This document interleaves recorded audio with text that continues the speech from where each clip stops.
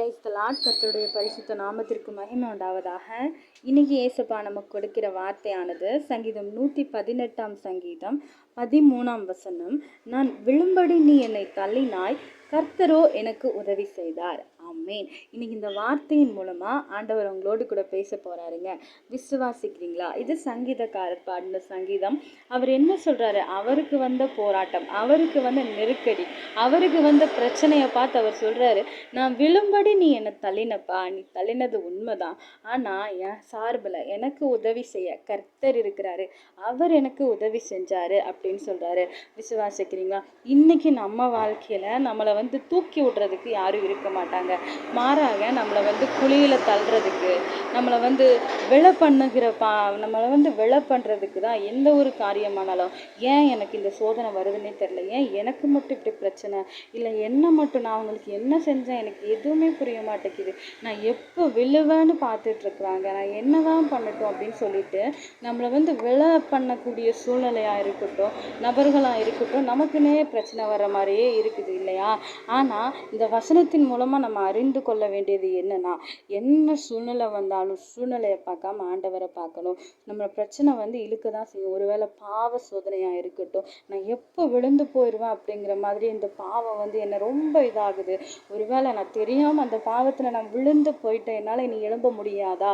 உங்க எழும்ப முடியும், நிச்சயமாக எழும்ப முடியும். உங்களுக்கு உதவி செய்ய ஆண்டவர் இருக்கிறாரு. விழும்படி பாவ சோதனை வந்திருக்கலாம், அதாவது நான் செய்யக்கூடாதுன்னு தான் நினைக்கிறேன், ஆனாலும் செஞ்சிடறேன், என்ன பண்ணுறது, செஞ்சதுக்கப்புறம் நான் வருத்தப்பட்டு இருக்கேன், நான் என்ன பண்ணுறது அப்படின்னு தெரியாமல் புலம்பிட்டு இருக்கிறீங்களா? உங்களை பார்த்து ஆண்டவர் சொல்கிறார், உங்களுக்கு உதவி செய்ய அவர் இருக்கிறாரு.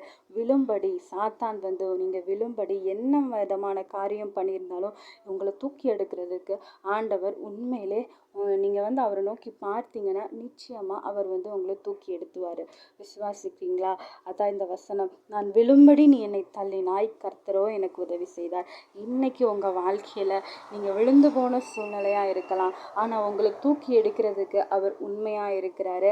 அவர் ஜீவனுள்ள தேவனானவர். அவர் நிச்சயமாக உங்களை இந்த பாவ சேச்சில் ஒருவேளை நீங்கள் சிக்கி கொண்டு இருந்தீங்க, உங்களுக்கு திருமணம்னு ஆசை, ஆனாலும் நான் பண்ண பாவம் உங்களுக்கு கண் முன்னாடி எனக்கு ரொம்ப குற்ற மனசாட்சியாக இருக்குது, நான் செய்யக்கூடாதுன்னு நினச்சேன் ஆனால் செஞ்சுட்டேன், இனிமேல் என்ன தூக்கி எடுப்பாரா? ஆண்டவர் என்னை சேர்த்துக்கொள்வாரா? நிச்சயமாக சேர்த்துக்கொள்வார். நீங்கள் எப்போ வருவீங்கன்னு தான் அவர் வெயிட் பண்ணுறாரு இல்லையா? அன்னைக்கு கூட ஒரு வார்த்தையை சொன்னேன், எப்பிராயுமே நான் உன்னை எப்படி கைவிடுவேன். ஆண்டவர் சொல்கிறாரு, உருக்கமான இரக்கங்களால் உன்னை சேர்த்துக்கொள்வார். எத்தனை டைம் இன்னொரு ஒரு வசனம் கூட, என் சத்துருவை எனக்கு விரோதமாய் சந்தோஷப்படாதே, நான் விழுந்தாலும் விழுந்திருப்பேன் அப்படின்னு ஒரு வசனம் இருக்குது சங்கீதத்தில். அதே மாதிரி தான், யார் உங்களை விழ பண்ணாலும் ஆண்டவரை மட்டும் நோக்கி பாருங்கள். அவரை நோக்கி, இயேசுவே என்னை ரட்சியும், இயேசுவே இந்த பாவக்குழியிலிருந்து என்னை தூக்கி எடும் அப்படின்னு சொல்லி நீங்கள் அவரை நோக்கி விண்ணப்பம் பண்ணும்போது நிச்சயமாக எப்பேற்பட்ட பாவத்தில் இருந்தாலும் உங்களை அவரோட இரத்தத்தினால மீட்டெடுக்க அவர் வல்லவராக இருக்கிறாருங்க. விசுவாசிக்கிறீங்களா? அந்த ஆண்டவரை நோக்கி பாருங்க. கர்த்தர் தாமே உங்களை ஆசீர்வதிப்பாராக. ஆமென். God bless you.